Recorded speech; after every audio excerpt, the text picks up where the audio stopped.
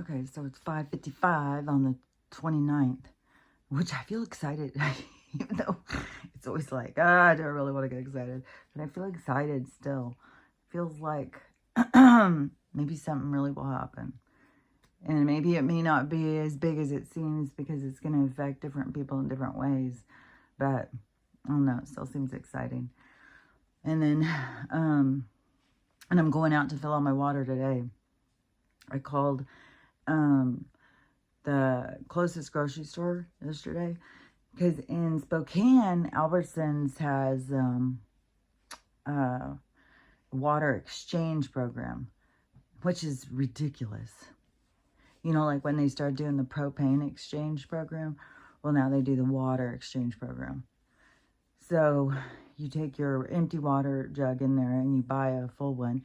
It costs way more. When you go to the water filling things, it's $2.50 to fill it up. So, and in some places, it's even less than that. This thing on my side is fucking, it hurts so fucking bad. And, now there's like some kind of weird move thing in it. Like, I don't know, like I can move. My ribs are separate from, I don't know. It's gross. But last night when I went to bed, I just kept on trying to really meditate on pain isn't real. Pain isn't real. This isn't real. It's not real. And I could make it go away for a while, and that kept coming back. But I know your body's telling you stuff. Like you're supposed to learn from things, what your body's telling you. So I intermingle with that with what is it I'm supposed to see? What is it I'm supposed to learn? What is it I'm supposed to understand? And but it just keeps coming back. So I don't know. I don't know. Maybe it's keeping me grounded into the human experience or something by having pain. Everybody's in pain some way or another. I don't know, but it fucking hurts like a bitch. Yesterday I had super exciting thing happen, which I think some people would not think, oh, that's not exciting, but it was so exciting.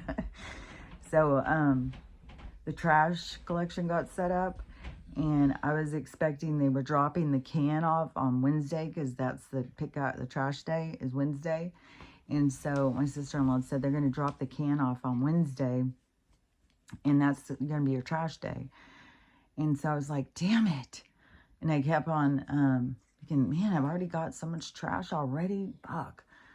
And so I kept having it was on my mind so much, it's like I was dreaming about it. And so if I hear the truck, I'll run down there with all my trash and ask them to take it, and I'll get my can. And it's like it was just kept playing in my mind. And so yesterday I got a notification that I had a delivery. So I went down to the mailbox, which is a pretty long walk. Longer than my mom's driveway, that's for sure. It has like a incline too, but not as steep as my mom's. But but anyway, so I go down there, and the can was sitting there. I was like, hell yeah. So I wheeled it down here, filled it with all my trash, and wheeled it back up there. You wouldn't believe the amount of thorns on the bottom of my shoes from walking up and down that driveway like that. I'm like, fuck, I cannot believe. And these thorns are not little bitch-ass thorns. These are fucking vulgar. Oh my God dang.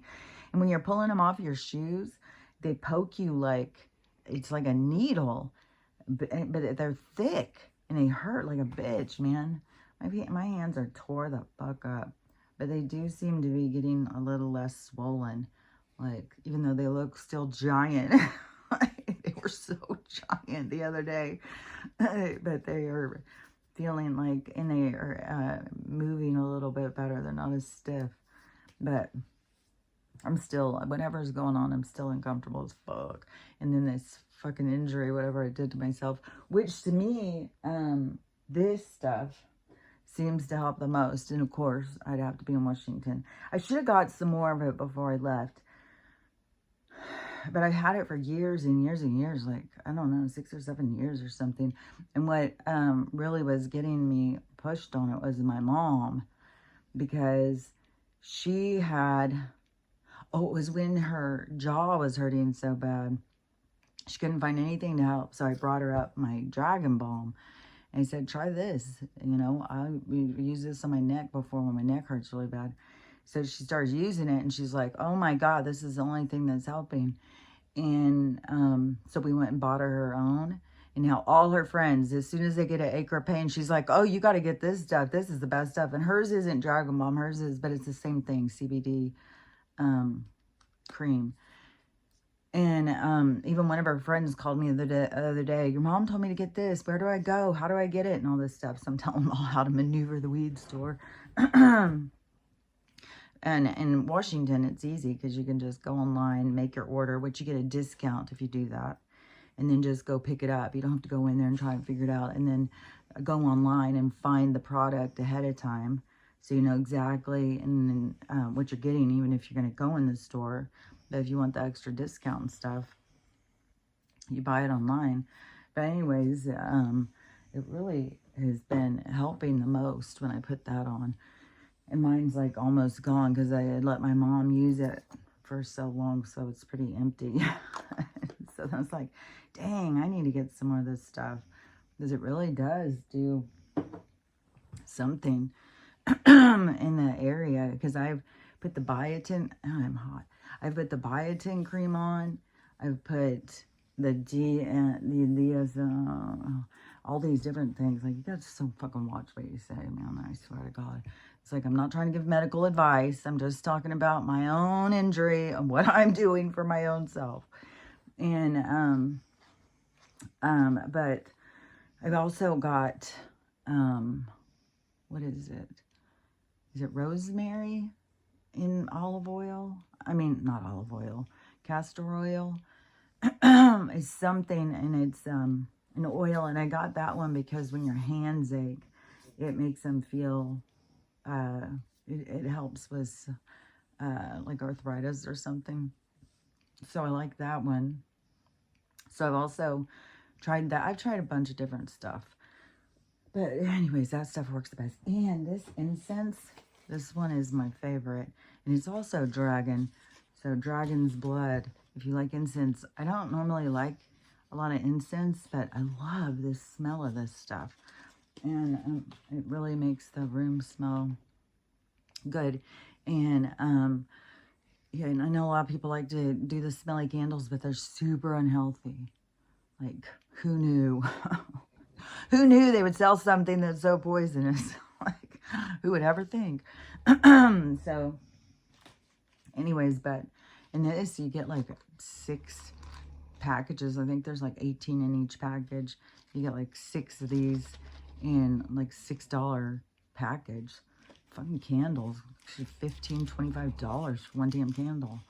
And candles can make your room smell really nice, but they put something into that, it's not good for you, shockingly. So, anyways, but that was like, super exciting to me to get the trash can delivered the day before so I could fill it up and then be rid of my trash. Because even yesterday I was like, okay, what are you getting stressed out about? Even when they bring the trash can, you can just fill it with the stuff. It'll be at the end of the driveway. You won't have to deal with it. It can be down there rotting away. So anyways, I was really excited. It's going to be gone. My can will be empty again. Which, it's funny too, is here, it's like every week they pick it up. I told my sister-in-law, I said, I don't really need weekly pickup. In my other house, I had twice a month pickup. And I said, I didn't even fill the can up then. I barely put out much trash. Right now, though, from moving and all that stuff, there's a lot more trash. And so I said that I didn't need to have it be every week. And she said, well, it's every week. That's just the way they do here. And then when I got the can, it's like, oh my God, this is like twice the size of my can that I had before. So I was like, fuck, man, I can hold a lot of trash. I don't know what I'll throw in there, but geez, you could throw a lot of stuff in there. So, like you could fit, you know, like at Christmas, like my neighbor, she would always at Christmas, she'd be like, can I put some trash in yours? Yeah, there would be certain times that she would need to, but especially at Christmas. And I would always be like, yeah, no problem. But this can, it would hold I can't imagine that you'd be able to fill it up. It's so huge. My hands have got so many cuts, and oh my God. And it's like this grime is ground into my, man, my hands are roughed up from all this moving, all this fixing things. Oh, so, I need a day at the spa. I feel like I need to just go and, oh yeah. And also, yesterday I did better. I only lost my temper a couple times with the dogs, but that I got my crate out now. It's like every single day she finds something to break every day. And so yesterday she decided to get up and she stands up. She does so much stuff that reminds me of Lucy. Lucy did all this same stuff. It's so weird. It's like she's teaching me the same lessons as Lucy was, only now I'm more open to the lessons and seeing them different because I already went through the experience before. But so she stands up at one of the counterparts and she gets the butter dish, and I'm out of the room for 2 fucking seconds, and she pulls it over, smashes it on the ground. It's like, are you motherfucking kidding me? Every fucking day is something. You know, another funny thing that she does, like if I go out of the room and she can't get to me, she will go over to the mirror and bark like she thinks she's going to see me in the mirror, because it was like the first time that she did. I was doing something in the mirror and she came and she was standing next to me looking into the mirror, and so she could see me in the mirror, and it was like tripping her out. And so now when she gets really upset and she's looking for me, she'll go look for me in the mirror. It's so crazy. So she'll knock everything over, which I need to move this one glass thing because I have this glass elephant nightlight next to this mirror. And she goes insane trying to get so she can find me. But today, since I got to go get the water, I'm going to have to put her in a crate. But yesterday, after that fucking episode of breaking that, and I gave her a smack on the ass, too. And I put her in her crate. And I know you're not supposed to put them in the crate. You're not supposed to smack their butts. But there was times when my toddlers and stuff, I smacked their butts. It's like, I don't know, you kind of get their attention. It's not like you can hurt them. It's like a smack. But you can get their attention when they turn around and pay attention.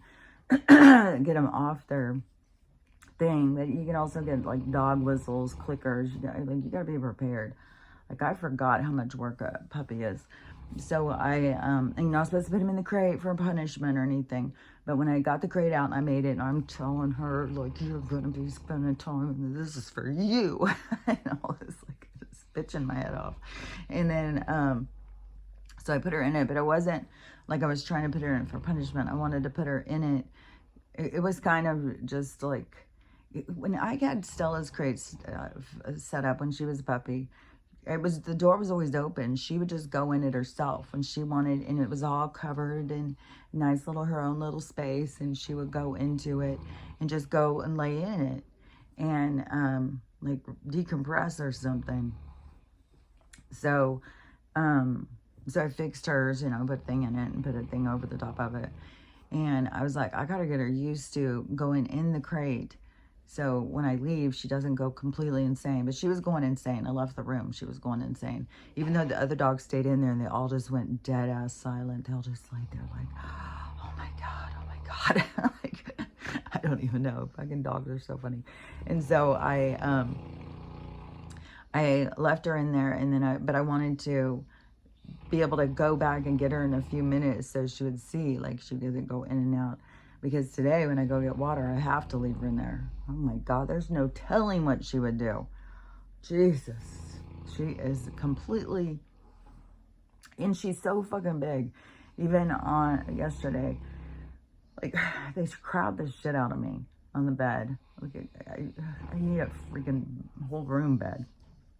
But, so, Stella wants to be right, they all want to be right next to me. They all want to be, like, touching me. And so she is just like, she is something else. She'll just go up, and she wants to sit down. She'll just sit right on Max's head. She'll just be looking at you, just sit on his head like, She said, I'm not doing anything. I'm just sitting here. Like, she just says, no, I don't even know. It's so funny. But so then she's just laying there like a fucking lump of coal. And she has me pressed to the very edge. So I start trying to scoot her back and scoot her back. I could not move that. She is a chunk, man.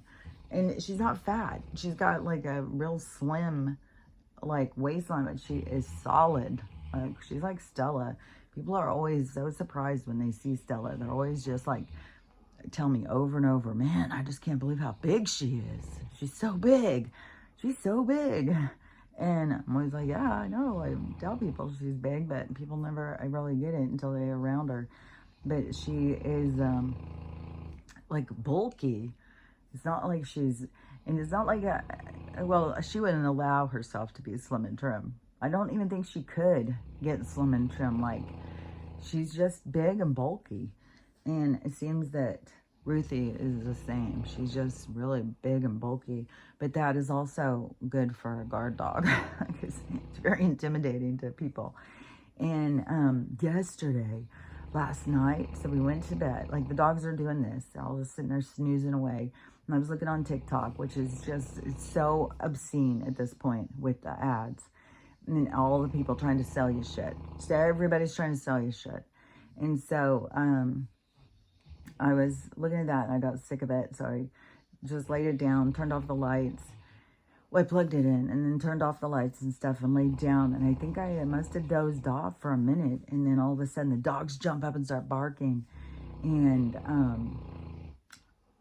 so I sat up. I was listening. It was the coyotes. They were just right out there and they were going crazy. So it's like they already caught something. It was like a fucking party. And I was just like, oh my God, it's so creepy, especially when you have smaller dogs. And, but I was just like, oh God, I'm so glad the dogs are inside here. Like, fuck. They're just right out there and they're just, it was like a fucking party. They were just yip, yip, yip, yip, yip, yip, yip. And they were getting so excited. And I don't know what else would excite them, you know, except for catching something. Which then I just felt bad for whatever got caught, which I would think is some kind of rodent or something, maybe a rabbit, but you don't see a lot out here. But I was like, man, I think in my world, in my new world, we could live without coyotes. I think we could live without coyotes. I think we could live without flies. I think we could live with other things. I'm just kind of, figuring what I don't need in my new world. I'm just gonna focus on my new world. And I feel like there's a lot of things that we don't need. But then when I was sitting there in this world, if you didn't have the coyotes, then you get overrun with something else because they keep the population down. But I don't know, when things get out of balance, they can exterminate something and then look for something else. So, I don't know. Everything in this world is just so out of balance. And I don't know. I mean, is it really a bad world to have lots of rabbits? I don't know. They don't seem very vicious. They're just kind of cute and hop around. But maybe once there was just too many of them, maybe they started battling each other. We go and find tore up rabbits and they're tearing each other up for space. I don't know. I don't know. Yeah, I don't think the deers do that too much. I mean, I know that some of those, whatever they're called, the male ones, and they'll fight and they'll get their horns stuck together, which is sad. You see right there, like, don't fight, because then you're going to get your horns stuck together and then you're going to die sitting there looking at each other. And then one of you is going to die first, and then you're going to be trying to drag around his dead body. And you're not going to be able to do it. And then you're just stuck there together because your own attitude, I thought this was interesting. And I've seen this is the second time I've seen this lady. And the other day she was talking, I think I already talked about what she was talking about. It was something about on her QHHT. So she does the QHHTs for people, the past life regressions. Fuck, it hurts to fucking breathe in. And then, so she does those. And the other day I said that she was saying something about the new world. I don't remember what it was she was saying. That is, you know, I do have a brain injury. I do have some forgetfulness. But I feel like I'm getting better. Like there's certain things I can remember better, but there's also things that's just like I don't remember at all. And so because what they told me what was with my brain injury, it's patchy. It's like holes, and so it's like not everything connects.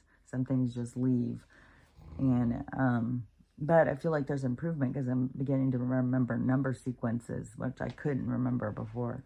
I couldn't remember 2 numbers before. And so now I can remember more numbers. So I feel like that's an improvement. So every bit of improvement is a success. But there's still things I just don't remember. I have no clue. And I don't remember what it was she was saying. It was something about the new world. The new something. When the world splits or something. But anyways, in this one, so she said that she did this past life regression on this girl. And she's like, this is the most disturbing thing. If you can't handle being disturbed, you better turn away. You better just not listen. This is your warning to not listen if you are disturbed by things. And so, of course, I had to listen. But warning to you, I guess. It didn't disturb me, but everybody's disturbed on different things and different levels, but it didn't disturb me because I know this stuff is true. And so she said that, so she was doing this past life regression. And this girl, I can't remember her whole weird thing with her family. It was like the dad was Italian, the mom was American. They met up a long time ago and wanted to get married. The dad, the Italian family was like, no way, you're not marrying her. And he still did. He went back, or he left and went to America or something. And married her and had a bunch of kids. But he kept trying to mend things with his family.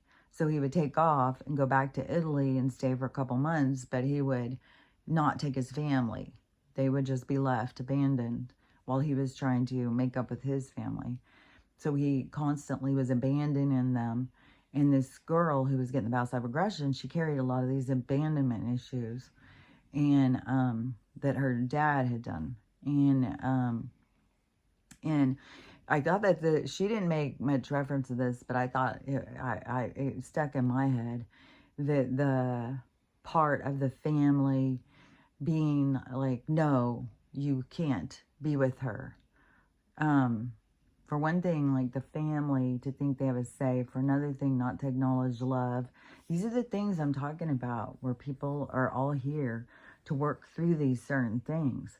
Like, do you listen to your family or do you listen to your heart? Which direction do you go? You're here to learn these lessons. And so the thing about him or the family rejecting his family. And so this girl has these issues, but she's very successful. She's 33 years old. She has no kids. And she's been in this relationship with this married man since she was 20. And he's like, so she's 33 and he's like 60.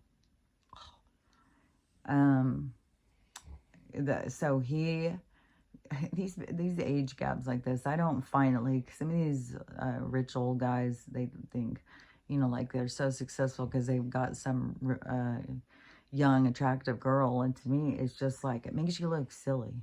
It makes you look like silly. And I don't see the attraction. I was with somebody who was 15 years younger. And the whole time I'm like, what do we have in common? Like, what? It was so, I don't get it. And so it's like, don't kid me. You don't have shit in common with this person. You're just out prancing around trying to look like you're giving yourself some kind of validation because this young, dumb girl who's wanting money finds you attractive. Like, oh, we can't see through this scheme. Like, give me a fucking break. So, and poor you if you can't. And you really think like, oh no, she really likes me for who I am. Okay. Yeah, I'm sure she doesn't have any gas register going. So anyways, back to this reincarnation story. So this girl, she's with this old fella, and he's married. So her family is rejecting her. So the family, the dad's family, see these generational cycles. So her family's rejecting her because they don't agree or approve of what she's doing. So she comes into this past life regression, and it goes to, and she also told this girl she doesn't have any idea why she's with this guy, that she just feels like this weird draw to him, but it's not like she likes him or anything, but she just feels like this connection that she can't let go of, and she doesn't really understand it. So she goes in this, gets this past life regression. It goes to this guy. And so, because a lot of times you don't know what it's going to go to. But so she was being shown what some of the connection was. So she went to this one story, and she said it seemed like it was like in the 1960s at this amusement park thing. And this guy got her a Coke, and so she went and she was riding a ride with him. And she said it was, she was having so much fun. She was laughing. And at some point she realized, like, this isn't my dad. And I think she was really young. I don't know where the hell her parents were. It seemed like she was like 5 or 6 or something, she said. And then she started feeling weird. And so he took her, left the amusement park, took her to his house, took her down to the basement, did a bunch of stuff you're not supposed to do to a kid. And then once he was done with that, he just, and so she left. And she was watching from above, and she was watching this guy, and he was just crying and crying and crying. He couldn't believe he did that. He felt all this shame and guilt. Because that's the thing, is when you leave your body, you leave the barrier, and you can pick up on things. But that's why in the spiritual world, you can connect to those. You can connect through the energies. But most people create their barrier of existence through the cage of the avatar. And so they don't recognize that, just like that girl the other day, when she thought, this was her own unique experience. It's like, well, I don't know where you've been, but I see these experiences happening all over the place. There's constantly people melting down. Why? Why are we doing this? So, anyways, but we're all connected like that. And so when you leave the body, you can feel what the person's feeling. And that's what can be hard when, when you've caused the pain. See, that's the life review thing. Because then you go through and you feel what the people felt. So you have to go through that experience of what you put out, what you caused. You have to feel it from the other person's point of view. And that's in everything. Everything you've done, every interaction you've ever had with anybody from the moment you started breathing, you'll go through, only you'll see it through their perspective. And so it is like a learning tool. And so it's not like meant as a punishment, but it gives you more insight and more empathy and compassion, which that's of the higher vibration, the empathy and compassion. So if you want to be a higher vibrant soul, you got to work on your empathy and compassion. And so the universe is assisting programs. So anyways, she's seen him having a meltdown, falling apart. And so then she leaves that life. And then she goes to the next one. And she was a woman in a tribe. So she was in America when it was the settlers or whatever. And so she is married to a chief, or some higher ranking guy in the tribe. But she doesn't love him. And so she, I don't know, she doesn't really even like him, I guess. But so they get invaded by these white guys, soldiers, and so they have all the women tied up, and I don't know, somehow she gets a connection with one of these soldiers, and she really starts liking him. So she takes off with him. She leaves her husband and her tribe behind, and she takes off with this soldier. She ends up getting pregnant, and she thinks they're going to have a happily ever after, but that wasn't acceptable back then. And so there's a lot of that. Like if you watched old Western movies, which when I was a kid, they were really popular. Even if you didn't want to watch them, they were those shows.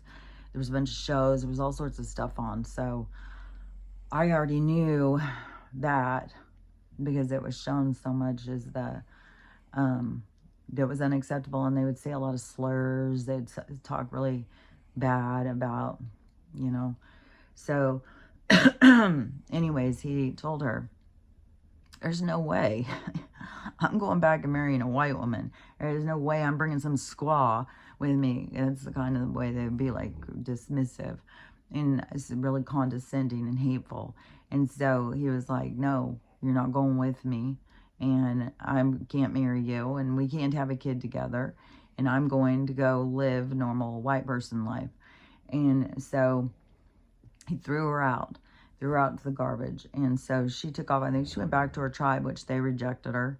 And so she had nowhere to go, nothing to do. So she just herself, which a lot of people do that at different times, and you still learn from it.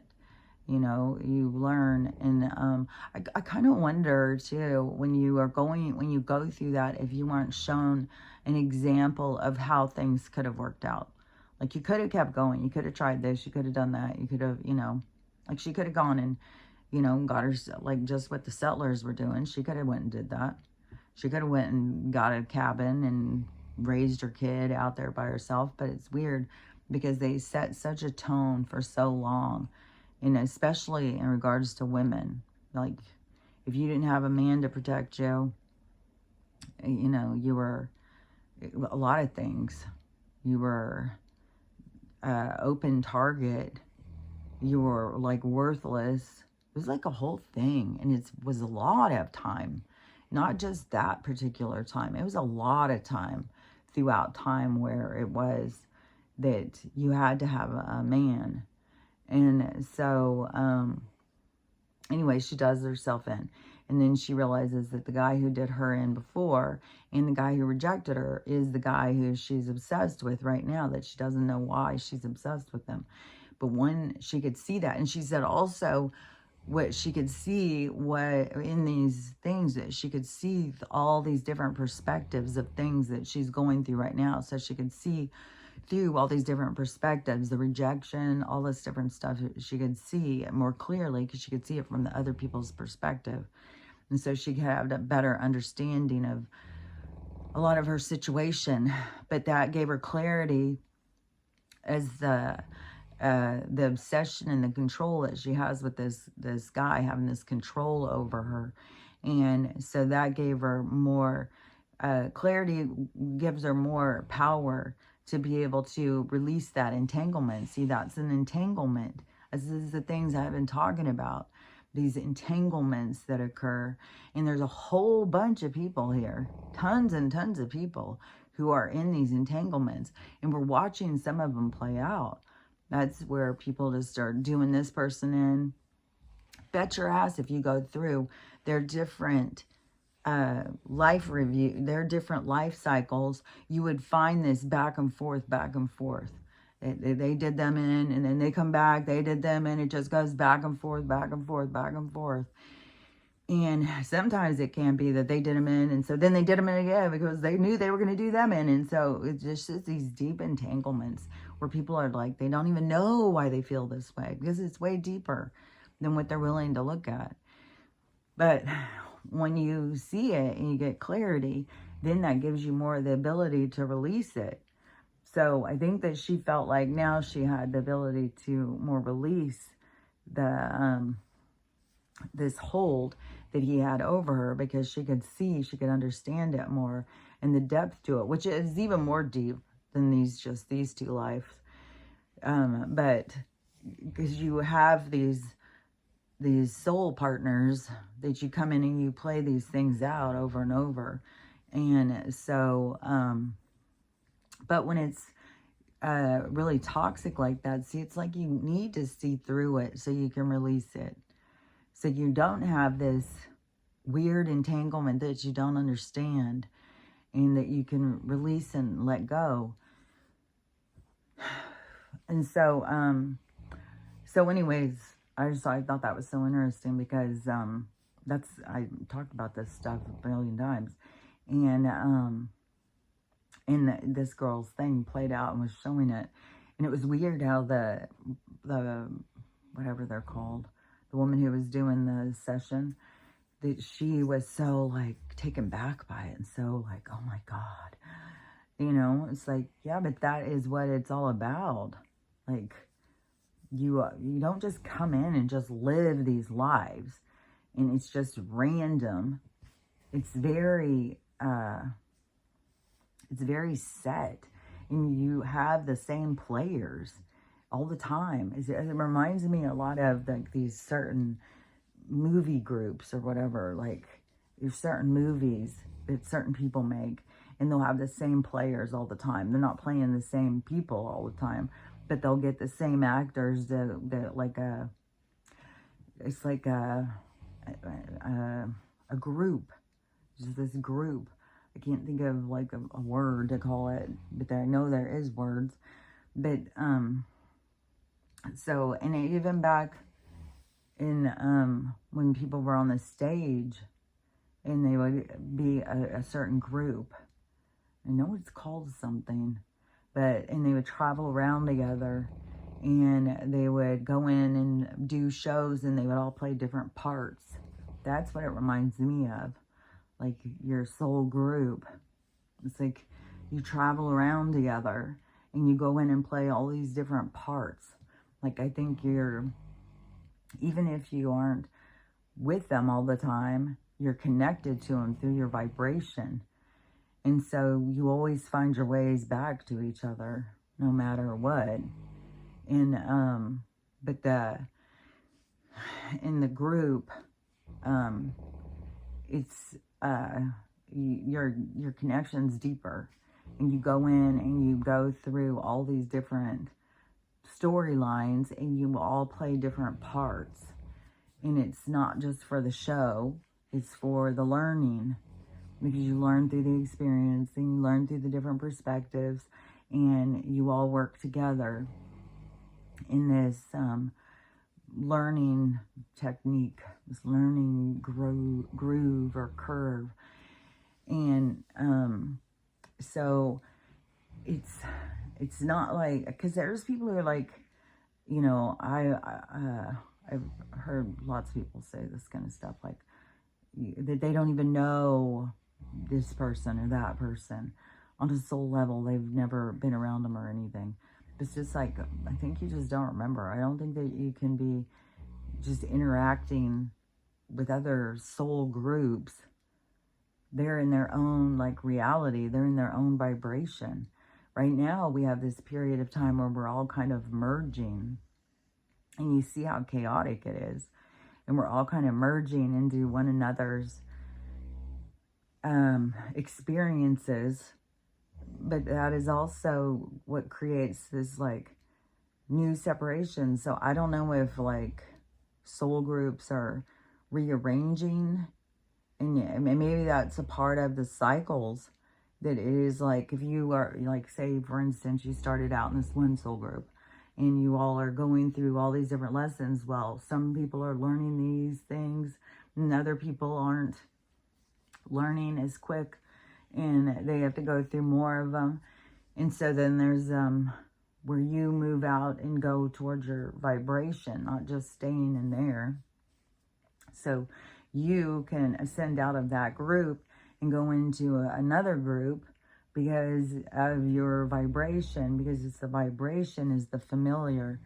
And so then you would move into this other group and then go in and, but maybe that is kind of like what's going on now, is like this separating ourselves from the groups and focusing on our own vibration. And that is pulling us into new groups of experience. So we're going to go in and experience with other people, but still there's some kind of connections. Like, it's like no matter what, we're all connected. We're all connected because we all come from the same place. So we all have something that is the same in us. And so so even if you are shifting into another group, there's a familiarity to the group, because it is like your vibration. But when we're in the space of learning, it isn't, it's like this group is learning these things, this group is learning these things, this group is learning these things, and we're all going through these, like each one is like, think of it, each one is like a planet with each of us orbiting, transiting around one another. And then in the whole space of existence, so the earth plane, say, so you have all these groups out there that are going through their learning. And so you take one and you've got all of the different people transiting around for all of their timing. And so then you have all these going on all over the place. But see, that's how we come across each other. That's how we interact. Like, even though somebody has such an insignificant part in your life, in their life, it isn't insignificant. That's why I think these people are just, oh, they're NPCs. They just dismiss them. It's like, no, they have their own life going where they're learning stuff. Just their transit is not as significant in yours. But see, that's how we all like are going in and out and in and out and in and out of each other's lives, like, but they don't really have any kind of big impact. And so it's or the lessons are small and minute or something, but it is your group is still your, and maybe there is more switching up, but you're well, maybe it is like there's a lot of switching up with other groups when you're not in the life cycle. So when you're out of it, then, you know, this group is like, you go in with all these different groups to learn different things. And maybe that's why all of our connections get more and more substantial. But let me see what I can see. Because, okay, so that group, I'm coming in with that group.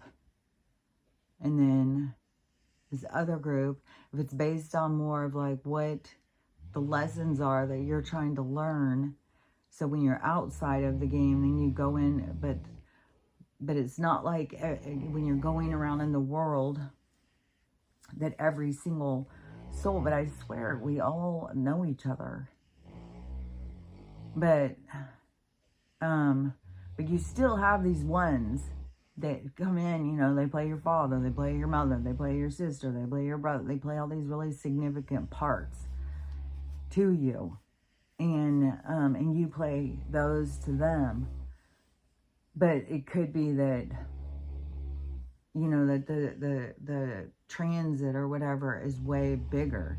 And it could be in between, you're playing different roles for different people. But there's different souls that have a huge impact on you. And, but these create these entanglements too. This karmic debt and these entanglements that people don't know how to get themselves out of. But there's still something else I was trying to see. So we're going into this time where we are elevating So if we're breaking out of the vibration that we were, where we're learning all with this group, then we're breaking out of that one, and then we're going into new lessons or new groups because this is kind of, this occurrence is kind of like the same thing as death. Because this is a death of an era. This is an ending. And so it's kind of like the same kind of thing that happens in death.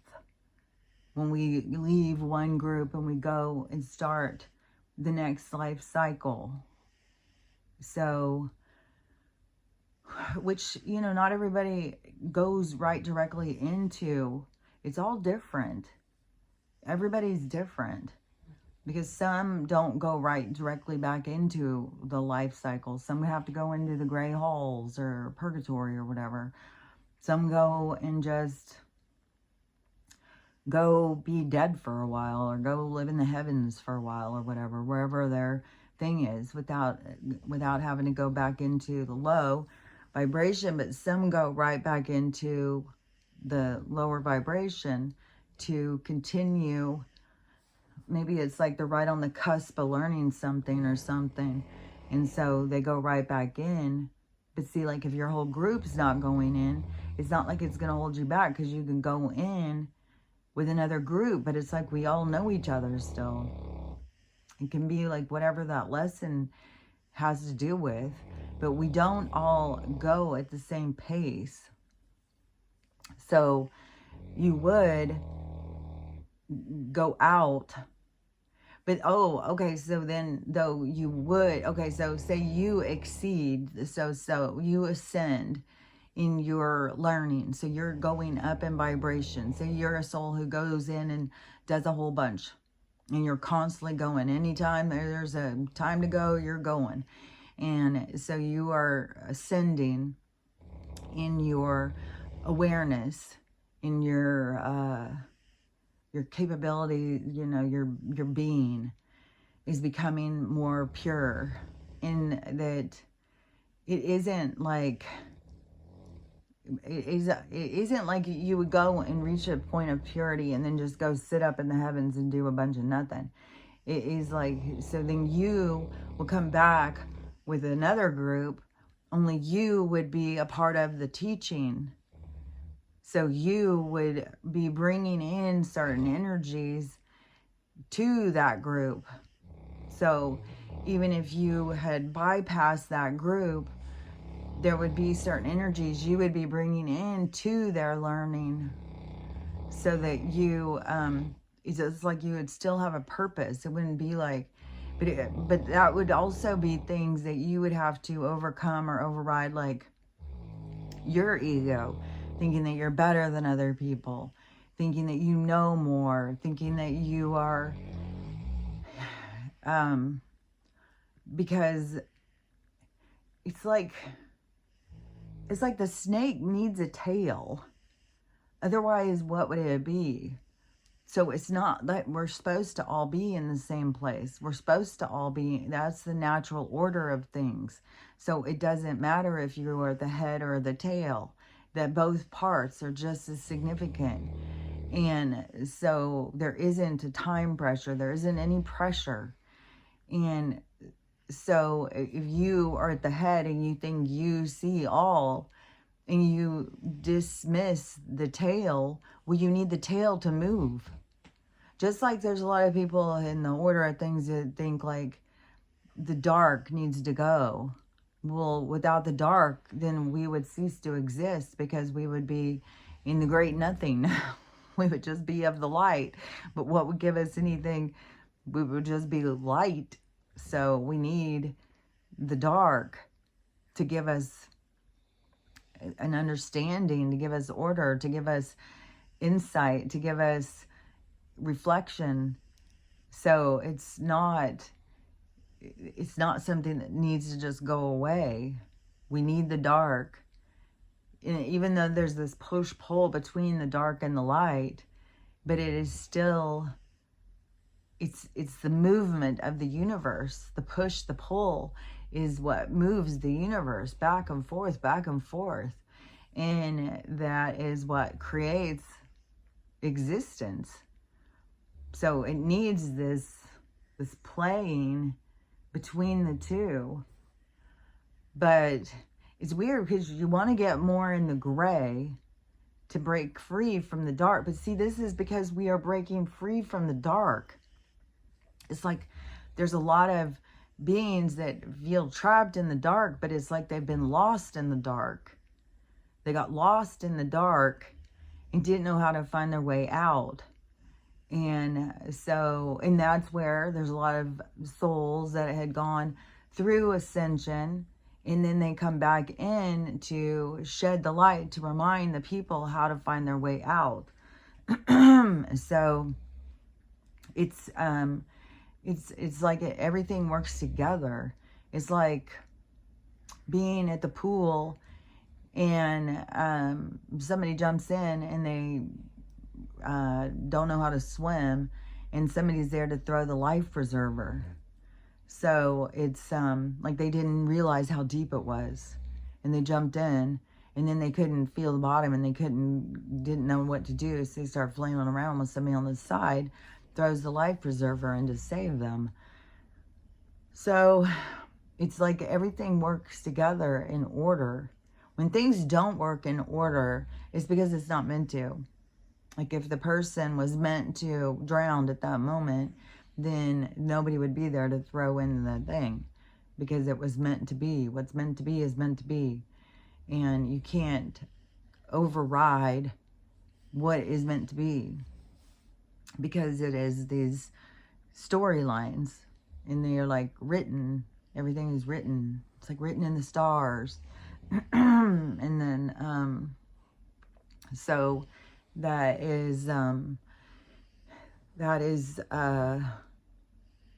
you know, how it's meant to be is how it's meant to be. And you can't change that. You can't, like, even to think, you know, like, well, I saved their life. If I wasn't there, they wouldn't have even been saved. No, you were there to save their life, because that is the way the universe works. It isn't, the universe knows what it's doing. It's not like you figured it out. It's like, it makes sure that we are where we're supposed to be at all times. But people get all stuck in their thing. That's what's, I always find kind of funny, because people are like, oh, it's a miracle. It's a miracle. And it's like, no, you're not meant to die if you're not meant to die. You're meant to go through the process of realizing the magic in the universe, that there's some more order here. There's something more going on. And so many people think, well, they died too soon. You can't die too soon. You can't die before your time. You can die exactly when you're supposed to. And it's when you have completed what you came to do. Once you've completed it, then you're done and you leave. So there is nothing that comes out of order. Everything is in exact order.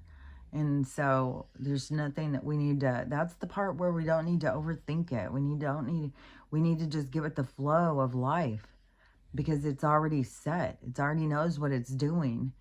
We like cock block it. Like we're constantly trying to control it. And so we're the ones that need to, like, the life can go in a more of a flow of, without the resistance. We create the resistance. And we need to create a resistance, but we need to know where to direct our energy, and we're not directing it in the right way. We need to direct it towards what it is that we don't want in our lives, so that we can change what it is into what we want it to be. So we don't want to be controlled. Then we need to put up resistance. Like, well, I don't want to be controlled. I'm not going to be controlled by you. I'm stepping out of your control. Even though today I was sitting there thinking, well, you know, I'm going up to support the corporation by buying water from them, by still going up and buying butter from them. So it's like, it's hard to completely walk the walk, you know, to completely, and there's people out there doing it, but it is, You know, sometimes you got to take baby steps. And like, you got to get your own goat. You got to get your own cow. You got to get out there or find a farmer where you can go and buy it from a small farmer. But then are you going to research the farmer and make sure he's not selling to the corporation and putting any kind of, you know, toxin or anything like that on everything? Because we have a lot of farmers who've been forced to sell out too. But the more smaller farmers that aren't corporate owned are, the more that we support the smaller farms, and the more that more people who go into this agriculture kind of lifestyle and stuff. But I still don't know what is the future of food, because we, the people, are going to, I think, go more into our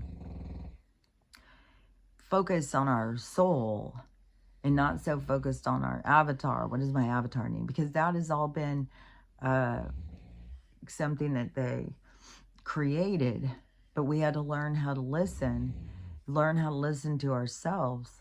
And so we could be in that trap until we learned how to listen. But that is this whole thing that's going on, is learning, and learning how to listen, learning how to go in the direction you want to go, how to break free from the control of the oligarch, or, you know, these beings that have had control. So it's us pulling free from all of that and understanding our own power. But I mean, when it comes down to it, this is an illusion, and our bodies don't really have pain. They don't really eat. They don't really, none of that stuff. It's all like created. So we don't really need to do the things that we are told we need to do. Once we get to that point of understanding that and focusing that, I swear to God, that is how the light beings, it is like, because they are more of their orb, and then they can represent themselves how they want to look. But I don't think that we need to be feeding we don't need to feed energy with food. We need to feed energy with energy. So we need to recharge our batteries. We need to plug in. And then there's also this big change that's going to happen on the planet with the energy. Because electricity is like that. They tried to take energy and harness it, and they made it dangerous. And they did it for their own gain. So it was never the right way. When you're not doing things for your own gain, then it goes in a better direction. But they were doing stuff for their own gain, and then we were born into it. So, but don't forget, when we're born into something, we came here willingly. And so then we thought that that was the only way. And it's been, you know, shocking for a lot of us to be like, oh, there's free energy? You mean Tesla was trying to tap into this energy that's just out there? So when we get more tapped into this other energy, like, are we really ever going to get hungry? Are we going to learn how to really take care of ourselves in a different way, like to take time to ourselves, to plug back in, to not want to notice when we're being drained, and to leave certain situations when they're draining us? And so we're going to learn how to adapt more to our environment and learn how to take better care of our energy, so that we don't need to do this idea of feeding our energy that is really just making people sick. It's making people overweight. It's making them sick. So it's because it's something that we don't need to be doing, it seems to me. But so we'll see as things play out. But the light beings, you know, the higher advanced beings, I don't think that they sit around eating. I think that they have other ways of doing their energy when they focus more on their energy body. And I think we're going, and maybe we're not going to reach that level. You know, I don't know. I know that is a level, but maybe we aren't going to reach that level. Maybe we're just going to reach a different level. Maybe we're going more towards a level of independence, where we're going to go through a period of time of, you know, growing our own food and taking better care of ourselves, taking better care of our avatars. You know, I don't know what the steps are, because everything is like developmental steps. So that may be too big of a jump. That may be our quantum leap to go from this to light body.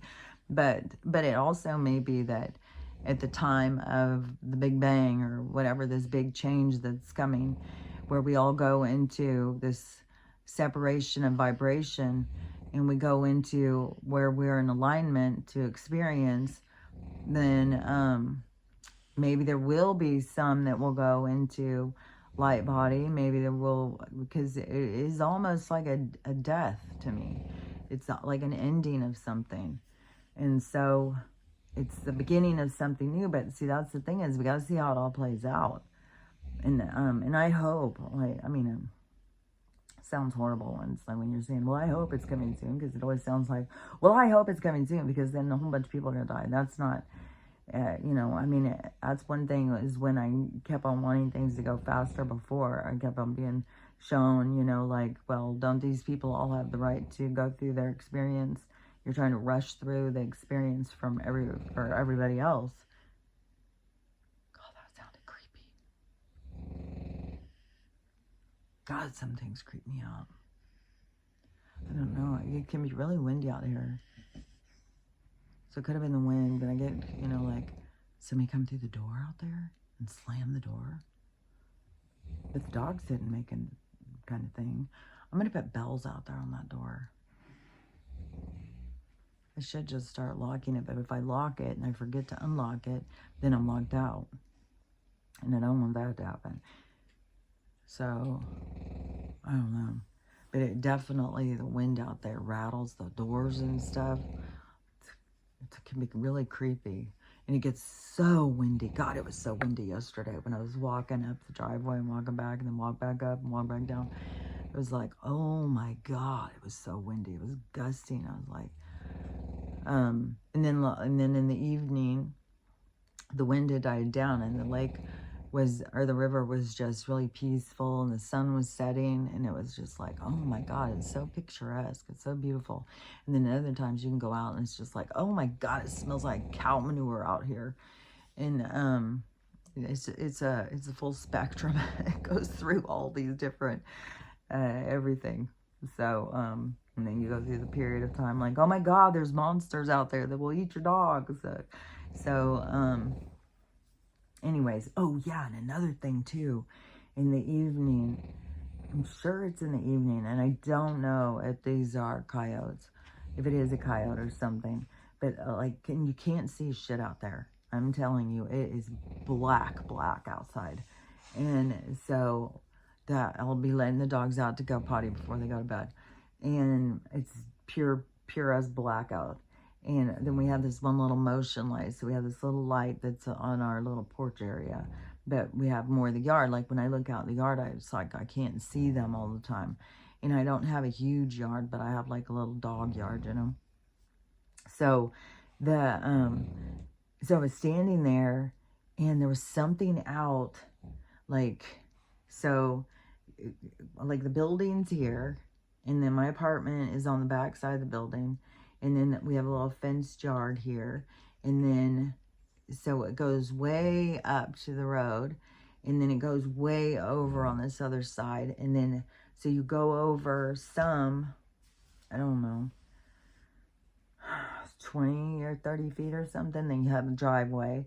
So then you have this driveway. And then on the other side of the driveway, you have about, so the driveway is like right in the middle. So you have about the same amount of space on there. And when they were out here, they mowed everything down. Well, on the one side, nobody lives there, so it's all overgrown. And some of this brush grows up, and it's like up to your shoulders, and thorns and everything. And then on the other side, that's where that guy had bought all that acreage that he has no access to, which is so absurd. I cannot even get over it. Like, goodbye helicopter, fly in. So so it's completely overgrown too. So we have our little part that's all mowed down, and then so that's all overgrown, and that's all overgrown. Well, that is a whole lot of acreage. On this one side, it's like a lot of land, and then next to them is another place. That's how far away the next house is. It's like the next lot is empty, which they aren't lots, they're acreage. So the next acre plot is empty. And then next to them is another house. So that's how far the house is. The other ones are way up on the road, but that's the only house. And then they've got some further down. But that's, I mean, way further down from me. But that's why I'm like, there's nobody like right next to me. And then on the other side, you can't even, I mean, you can't even move into it. There's no access. And so, but it sounds like it's in that yard. And it's like making this noise. It wasn't just one day too. It was 2 nights. And it's like this, I don't know, like this, like it's trying to pull you towards it. Like, I don't know, kind of like a hurt animal or something would be kind of, I don't know. It's like this certain sound it's making, like, I don't know how to say it. I should try and get it on tape, but it keeps doing it and doing it and doing it. And so then I was like, I wonder if this is like a coyote. And this is its, because I don't know how many things are out here vocal. I don't think bunnies are out here doing, I know there's foxes. And there's supposedly some mountain lions that you don't really ever see. Don't think there's bears. There's different kinds of birds. But like gopher, the rodents and stuff like that, gophers, rabbits. Oh, look at her. Where am I swear to God, she has a timer inside of her. Like certain things aren't noisemakers. I mean, I think, but even if it was a bunny that was hollering, it's like, wow, if it was hurt or got, then how would it be out there the next night still doing it? Why wouldn't I hear it during the daytime? And so to me, it seems like it's like a coyote trying to draw another animal into it. Like it's a trap. And so it's making these noises like it's lonely or it's sad or it needs help somehow. And so like this yearning kind of drawing you in kind of noise. Like I'm not going out there and looking. I start hearing it. I'm like, come on guys, get inside. Like, let's lock the doors. And so I don't know. But that's what I think. It kind of seems to me like the coyotes come out and they start trying to lure you in, and it's just weird because it's like the exact same thing in both these different nights. And so I don't know, I'll have to go out and start listening every night and see about, I think that's what it is. And then last night though, how they like started having their fucking party. Like, oh God, it's so creepy. If you've never heard the coyotes do that, it's, oh, I used to hear it when we first moved out on property. We lived out on 5 acres. When we very first moved here, we moved to a place and it was like, I think it was like an acre. And we bought it, and we bought it on the weekend. It was like I had said before, when we came here, and it was supposed to be all these cheap houses. Like you could buy a house for $20,000 cash. And so we had our $20,000, and we were coming up here because his brother lived here. And so we were coming up here to buy our $20,000 house. So we left Southern California to come up to buy our, good deal house so that we could be homeowners. And then we get up here. Well, now I'm in Idaho. So, but when we got up to Washington, and then it was the bullshit with the LLCs and the investors. The investors got to buy everything. No people were getting to buy shit. Investors were buying everything, and then they're just turning around, renting them out to people. And it was such fucking bullshit. I couldn't believe it. And that was a long time ago, because my daughter, who I was pregnant with, she's like 32 or 33 now. So it was like, they've been doing this for such a long time. People think like this all just started. No, they've been fucking doing this for a long fucking time. Every city, every town. When they start trying to move businesses in, and then the houses are super cheap, then they come in and buy all the properties up. It's just this fucking scam. So anyways, and we had been looking for a month, every fucking day, going and trying to get a place. And every day it was the same shit. Every house we wanted to see. Oh, the investor just bought it. Oh, it was just bought by the investors. And so it was on the weekend, and we went out and we found this house, and it was for sale by owner. And it was way out of our price range. It was $60,000. It was out on this property. And so he would carry the note. And so we were like, okay, let's do it. You know, it's going to really strain us and stuff like that, but let's just do it. And so we got it. Well, we had no idea because we bought it on the weekend. And it was a rental house for him. So we had to do a whole bunch of stuff to fix it up. And when we bought it, it was a weekend, so it was like real peaceful. Well, I had no idea that the road that we bought it on was like the fucking road that everybody took to get to a certain part of town during the week. And it was really a dangerous road. And it was real curvy and twisty, and it would get a lot of ice on it. So there was wrecks all the time. There was wrecks in our driveway, wrecks in our, it was all over. We had a stream that ran through our yard.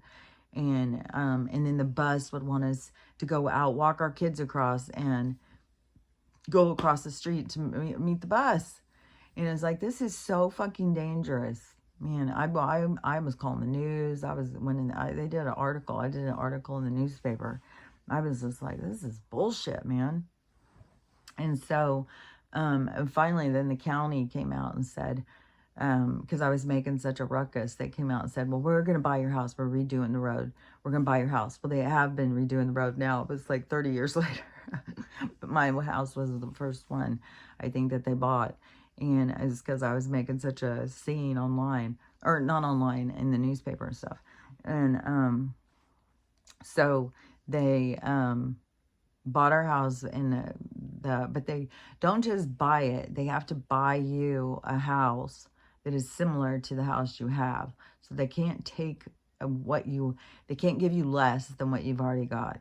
They have to give you what you have. And it was all in timing. And so in the timing, it ended up the only house that matched or met it was on 5 acres. So we got a big step up. So we moved out there, and we were up on property, but it was all so weird. It was right up next to this Catholic church that had been there for a long time. All these people were a part of it. It was really culty, and that church has got a lot of dark. Like a lot of, even my family had gone, was my daughter, I think a couple of my daughters, and one of the other grandmas, she was a witch for a while.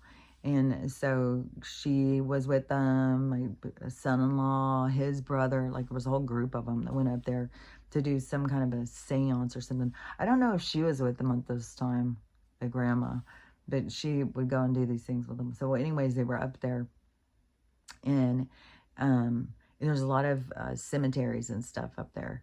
It was so eerie. This building looked like super old. It was super eerie. They had guards and stuff. It was really weird. And so they went up there, and they were doing some kind of a seance or something around this grave or something, which is, to me, don't fucking mess with that shit. Are you fucking kidding me? And don't bring home your fucking devils that you're bringing up. Like, god damn. So they, when they were doing it, something came, of course. I'm sure this place is full of fucking dark entities and stuff. So they started seeing these eyes watching them. They were these green eyes. And it started following them. They all started running to get in the car and stuff. And the eyes kept going with them. And he said when the eyes were looking at you, it drained you of all your energy. And one of the guys told me that he was completely drained of all his energy for about like a year. It really had an effect on him. And so, yeah, you don't want to be calling in these fucking entities. Fucking suck the fucking life out of you, man. So, anyways, it was eerie up there. And we also lived across from another fucking cemetery that was right next to us. It was like one of these little old cemeteries. And then down the road, because I would go on all the little trips with the teachers and the students, you know, I'd be one of the moms that went on all those. We went out to some Indian graveyard. It was all back. It was like right down the street from us, all back in the brush and stuff. It was like, fuck, man. There's dead people buried all over up in here.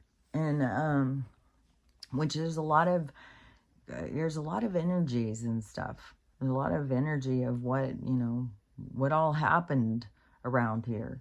So anyways, but we were up there, and so we had acreage. But it was like this eerie thing. I was never comfortable up there. It was just always like, so, I mean, to a lot of people, it seemed crazy that I would leave that. But I was like, oh, I left it. And, but that's where I first started hearing the coyotes. Oh my God, it would just creep me the fuck out. And they did get one of my cats. They tried to get one of my dogs. So anyways, when I first heard them, it was like so creepy. And I haven't heard them in a long time until recently. And then they're just right outside the door. They've always given me the creeps. They're just so, I don't know, the only thing, it always reminds me kind of like the laughing hyenas or something. And they're just like, oh, man, creepy. There was another thing I was going to say about that. I left that house. I went to a neighborhood. I did not want to be up there. And there was times where I thought, like, you know, that was probably crazy to leave that acreage and go to be down in a neighborhood. But there was just something so weird and so eerie about that whole area. And it was, I don't know what went on there in the past with that church. And but there would be people who would be moving there who were, and it was you know, like if you have different degrees of rules in the churches, this was one of the most strictest Catholic regimes or whatever you call them. But yeah, it was very strict, very, I don't even know. But these people that were around there, they would all go to this church. It was like, oh, I don't know. It was just, the whole thing was creepy. But, and there was always motherfucking, one thing too, the house that I moved into. So with this house, the people who we got it from, they were from the church. And even downstairs, when we moved in, there was this wall that was painted with this whole creepy cross, and it was creepy as shit. I don't even remember. And then she had also told us that she had lost some kids, and they were all buried out there. And so anyways, it was very haunting. And so we covered that wall, but it was still a lot of weird stuff for sure at that house. But it was the one that I moved into after. That house was so fucking haunted. And it was a new house. So you think like, well, how could a new house be haunted? And that's when I realized, like, oh, it's not the house, it's the area, it's the property. It's whatever was there. It's this other realm, this other reality, this other place in time. Whatever is there, that is what it is. And so it was like, oh man, there was a lot of stuff that went on in that house. I've been in so many haunted houses. Not all of them are scary, but there can be certain entities that are very kind of scary, because it was way more than one at this house. And but there was one who was very overwhelming, really dark and creepy. And this story just scared this just gives me the creeps, because one of my daughters, and she was older, and she had her bedroom, and she had her boyfriend, and they were down there asleep in her bed, and there was and she had a TV in her room. And so so they were asleep, and I don't know, she woke up or something, and she said in the TV. So she's looking at the TV when she wakes up, and she can see that there's some man standing over their bed. And so she's just like really creeped out, like, what the fuck? And he's just like standing over their bed looking down at them.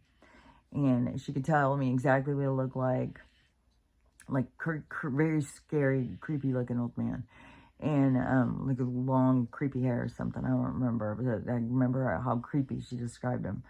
And so he's standing there looking at them at the end of the bed. And so she can see him in the reflection of the TV. So she, tells her, nudges her boyfriend, and he's like, and see, his mom was the witch woman, but they're from the reservation. Like, she knows all the spiritual stuff. He had so many crazy stories from the reservation and stuff. But so he looks over and he sees the old man in the TV. And so, but when he does, the old man turns and looks at him. So the old man's standing there watching him, and then when she wakes him up, he turns and he looks at my son-in-law, and because he was my son-in-law, so he turns and he looks at my son-in-law, and so they both freak the fuck out, and they jump up and they start running up the stairs. And they run up the stairs, and when they got up, they jumped over onto the couch, because downstairs the house was like 4 levels or something, or 3. But downstairs it was 2 bedrooms, and then there was steps, and you went up, and then upstairs there was a bathroom, and then there was a den, and the den had the couch and stuff where you'd sit and watch TV. So they ran up the stairs and they jumped over onto the couch, and they could hear him coming up the stairs behind him. They could hear the footsteps, boom, boom, boom, boom. And then as soon as he got to the top of the stairs, he slammed the door. And so he was, to me, he was the dark entity. He was eerie. And, cause I would be down there doing something, and I would turn and start walking up the stairs, and this darkness would come over me, and I'd have to sit there and think, don't react, don't react, don't react, don't react. Because you feed into their energy with your reaction, and you give them more power. But it was very eerie, because you could feel the darkness going. I could see the shadow, and it kind of like trying to overcome you. And it was so eerie. He was so eerie. But that story with him being in the TV, then turning and looking at him, that creeps me the fuck out. It made it hard to even want to go down there by myself ever. It was like, fuck, that old fucking guy's down there creeping out. So, anyways, that was creepy. But there was a lot of stuff that went on in that house. There was way more than just that. Because there was at one point, my daughter was in bed, a different daughter. She was in bed sleeping, and she woke up and she looked over the door, and there was this little girl, like a pioneer girl, who was standing in the door watching her. And she said she was so, she didn't look like an apparition or anything. She looked like a little girl standing there. And then I think when she tried to say something or do something, the little girl disappeared. But she didn't feel threatened by her. The old man seemed very threatening. But then the house I lived at after that one, the rental house, that one was so haunted too. And that was like a woman who, she had died and her husband was left behind, and she seemed angry and confused, and she did not want us in her house. And then, but there was one that my mom lived in Colorado that was probably the scariest. No, because there was another one we lived in after she got divorced in Richardson. That one was the scariest. That's the one where the guy attacked me too. He totally attacked me. And they do it like when you're about to fall asleep. And so they come into like this realm that you are. And it was really creepy because it does like this paralysis over you, where you can't move, you can't do anything, but you're totally aware. And he was always watching us, and it was all a bunch of girls. And so we all had talked about it. We all had the same sense. This guy was watching us, and it was always there was the vents up in the ceiling. And I swear to God, you'd be sitting there watching TV and it would be like, somebody's watching me. You could not stop looking at that fucking vent. You knew something was in there watching you. And he would do things all the time. He would touch you. Like, he did things all the time. But this time is when he sat on top of me. And I could feel the weight of him. I could feel the sweat of him. I could feel everything just like if it was a person sitting on top of me. I could feel he was big and he was heavy. He was sweaty. He was just, oh, I could see him. I could see what he looked like and everything. And so he was sitting on top of me and he wanted to suffocate me. He wanted to... it seemed like he wanted to put a pillow over my face and suffocate me, but he wanted to kill me. And, but he couldn't. Like, he was kind of stuck on what he could do, but he could definitely, whatever this paralysis thing was when he was, like, doing this, but it was terrorizing. It scared the shit out of me. And then I knew how angry this guy was. But he couldn't, really kill me or anything. But it was so scary. But then there was this other place that my mom lived after. I've lived in a lot. I've been in lots and lots of haunted houses. Lots, ever since I was young. And then it's like, to me, it started being like, every fucking house is haunted. Every house has got something left behind.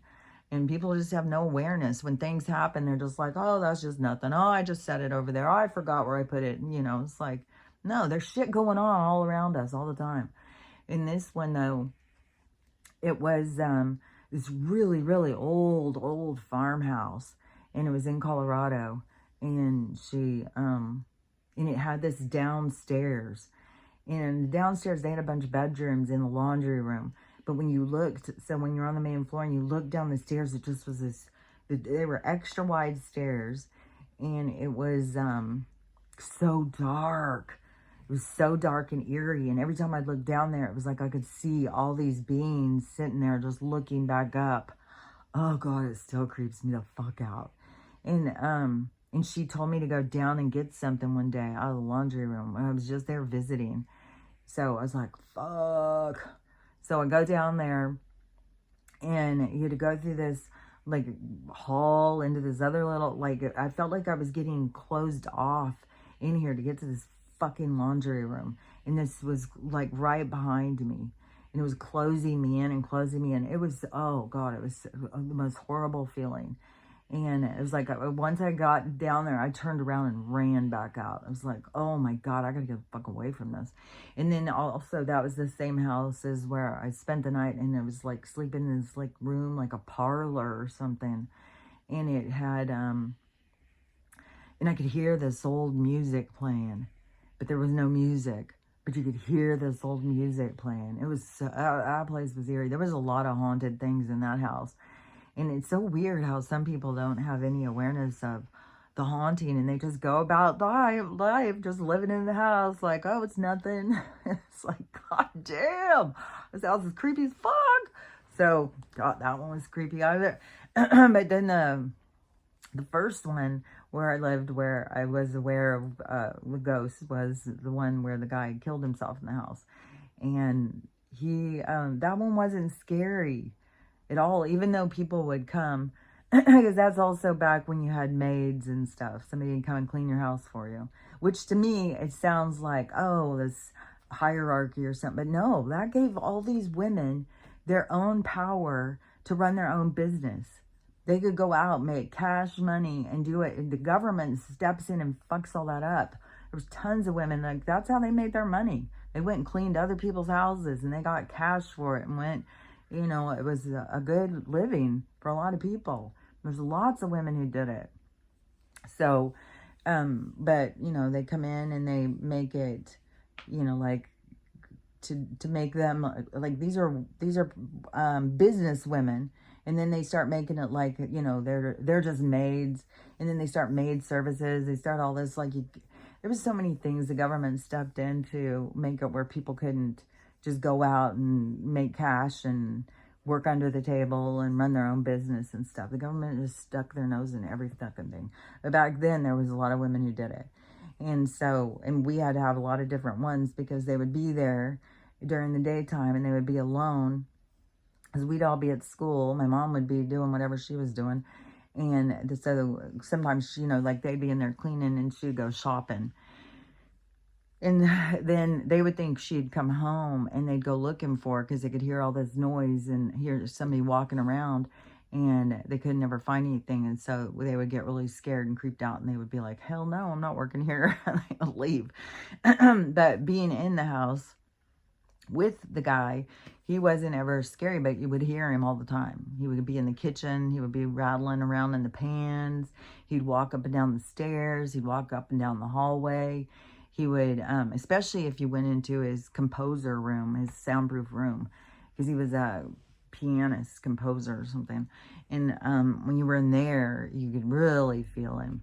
But, and he was interactive too, because other people then knew that I was living in a haunted house, and I was like in high school, junior high school, and somebody brought these guys over and was like, she lives in a haunted house.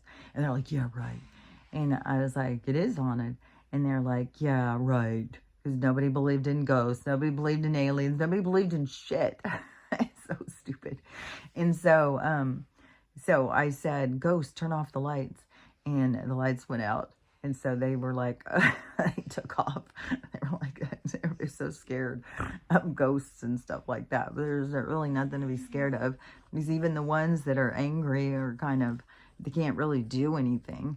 Because they are not in their physical body and they're not in the same, they don't have the same capabilities. So, but they can sure give like an energy of creepiness.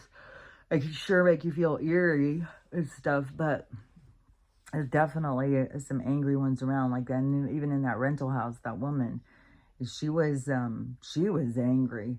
She was always turning the water on. She'd start flooding things and stuff. She was always doing shit. But that one also had that creepy thing because we had this room downstairs as like a big den playroom, pool room or something like that. And it had like a wet bar in it. And behind the wet bar was this big mirror. And the one day when I went down there and there was this print, this footprint thing on the mirror that I have never seen in my life. And I left it there. I was showing everybody. It was like, what the fuck is this? And it was huge. It was bigger than my hand. As you can see how dirty my hands are. They're not dirty though. This is, I've scrubbed and scrubbed. They're just really tore up right now. But the, so this big mirror had this big print, but it was bigger than my hand, but it wasn't the same shape as my hand at all. It was, I don't know, some kind of creepy creature thing. It seemed like it was like 3 long toe things and this other toe thing that came out, and it was real greasy. It was greasy too. And so anyways, I was like, what the hell is this? I would be asking all these people, like, have you ever seen anything like this? And then there's also the room where I said that we had this party. We had this Valentine's party this one day. And we had all these different people come over. And we had all this alcohol all on the bar. And so I had made these sangria. And it was in this pitcher. And this one guy, he's sitting there, like, he's standing there, like, a couple people are talking or something. He's standing at the end of the bar, like, listening to them or being a part of their conversation or whatever. But so he's looking at the bar, and he said all of a sudden this pitcher of the sangria just starts moving across the bar, and it gets to the end of the bar, and it picks up and just pours out. He was so scared, he was like, wouldn't come back to the house. He was like, that was the scariest thing I've ever seen. And so it was like, for a while, it was that woman. And she would do all sorts of stuff. She'd turn the music off. She would take the remote. She would do all sorts of stuff. She was just kind of a real pain in the ass. And it was at that one where I got super, super, super sick. And I had, and he said I had strep and all this stuff. And I'd never had that. And they said that's so unusual for somebody to get strep at an older age when you've never had it before. And I couldn't get rid of this sickness, and it was in my lungs and everything, and it was like I was so sick for so long. And I kept being like, this is something like this is what killed her. And she is doing something. She's doing something to get me to be sick, like what she had. And I asked the neighbor, what did she die from? And it was this respiratory sickness or something. I was like, fuck, I knew it. But then after that, I started getting better. But but it seemed like a portal opened or something. And I don't know if it was the tension between me and my number 4, that it was, she's snoring, that, that he, even though it sounds like something else, it was still snoring. So she,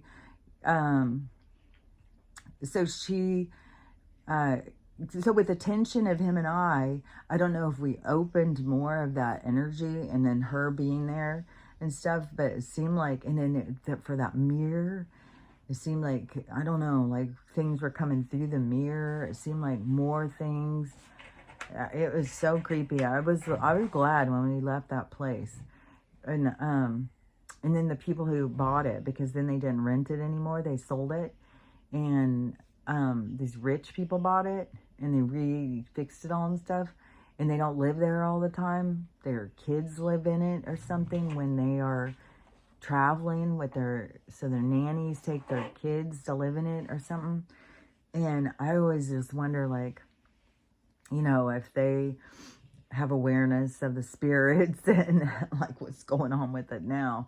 But there is places that there's people who, there's a whole lot of activity when they live there, but then the next people, there isn't any activity. And I don't know if it's out of no awareness or if it's the energy, that certain energies feed into it more and other ones don't give it as much energy, so it doesn't, it's like, kind of like how the water goes in and moves out and goes in and moves out. So at certain times, if the energy is not moved out, kind of.